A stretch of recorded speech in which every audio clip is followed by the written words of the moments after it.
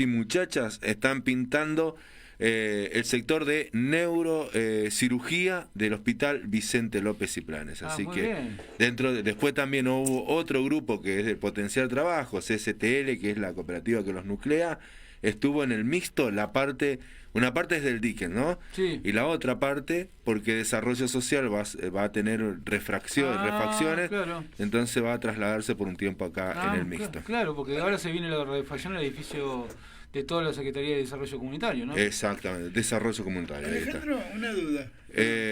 Tenemos del otro lado de la línea, y perdone Mansur, después no, seguimos, está bien. a Sergio Fuster con la columna Saliendo de la Caverna. ¿Cómo estás, Sergio? Hola Eduardo, ¿cómo están? ¿Cómo están ahí en el estudio? Gracias, Sergio. Bien, Sergio, bien.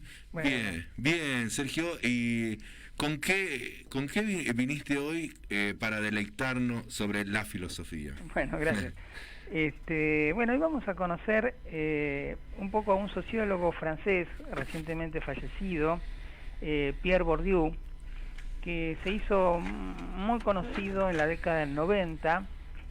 Inclusive es un pensador influyente también en el siglo XXI, aunque falleció en el 2002.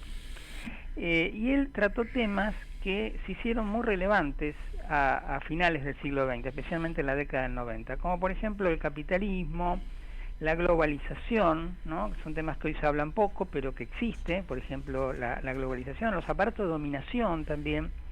Entonces Pierre Bourdieu lo que hizo fue estudiar aspectos de la vida cotidiana y ese punto le valió el reconocimiento.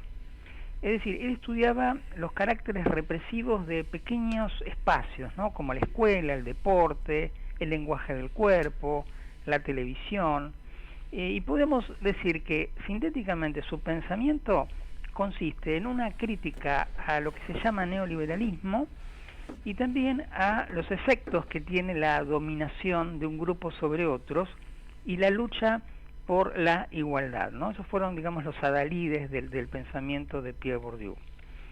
Brevemente, bueno, te doy alguna síntesis biográfica. Nace en 1930, estudia en París en 1948, se interesa por el pensamiento marxista, por el pensamiento de Nietzsche, de Sartre, posteriormente será un gran lector e intérprete de Foucault. En 1954 viaja a Argelia y participa de la Guerra de Independencia argelina. Publica trabajos como Estudios de la fotografía, Los trabajos y los trabajadores en Argelia, El dominio de lo masculino. Luego participa en el Mayo francés. Publica un texto que se llama La miseria del mundo, que habla acerca de los excluidos a través del sistema de la globalización. Bueno, entonces su pensamiento gira un poco en torno a las clases desposeídas. Sin embargo, su pensamiento es un poco diferente al que podíamos denominar de la izquierda clásica. ¿Por qué? Porque Bourdieu entiende a la sociedad y dice que esta en realidad no está dividida en dos clases, como decía Marx, en burgueses y proletarios, sino que en realidad la sociedad está dividida en pequeños espacios sociales, que él los llamó círculos. Esos círculos son predios o pequeños espacios de capital diferente. Por ejemplo, hay un espacio de capital económico. Hay personas que tienen un determinado nivel de vida, tienen determinados valores, van a determinados lugares. Después hay otro espacio que es un capital social, ¿no? Que tiene que ver con los contactos que uno tiene, con las amistades, con los conocidos, digamos, lo que uno puede lograr no por el dinero, sino por la influencia. Después también habló de espacios o capitales culturales. Un grupo de personas que se dedica a la academia, a publicar libros, que se dedica obviamente a tener ideas diferentes. Bueno, entonces ahí, en esos espacios capitales, se crean también reacciones de poder. Hay quien puede decir, bueno, que es más académico que otro, que tiene un poco más de dinero que otro, que logró más cosas que otro, pero siempre a través de relaciones. Estos campos son conjuntos de esos enlaces donde los grupos tienden a unirse. se unen por valores. Por ejemplo, el concepto clase media. Uno cree que clase media es una persona que no es rica pero tampoco es pobre, pensándolo en términos económicos. Pero hay una clase media que tiene que ver también con un valor o una mentalización. Hay personas que a lo mejor tienen más dinero que otras y se consideran de clase media. Entonces no necesariamente tiene que ver con un factor necesariamente de dinero o de posesiones, sino que tiene que ver con un valor de idiosincrasia y un valor mental. Por eso él hablaba de estos espacios de poder, donde se crean subjetividades, donde las personas creen pertenecer a ciertos grupos y ahí crean redes de poder. Pero según Pierre Bourdieu, quien tiene el mayor poder real es el Estado. Porque dice, el Estado tiene dos clases de poder. En primer lugar, tiene el poder de la violencia física, como por ejemplo, tiene el control del ejército, tiene el control de la policía, pero también el Estado ejerce o puede ejercer una violencia simbólica, con relación a ideologizar al pueblo, con relación a transmitir pensamientos, percepciones, y de esa manera formar poblaciones para que puedan ser dominadas por ese Estado.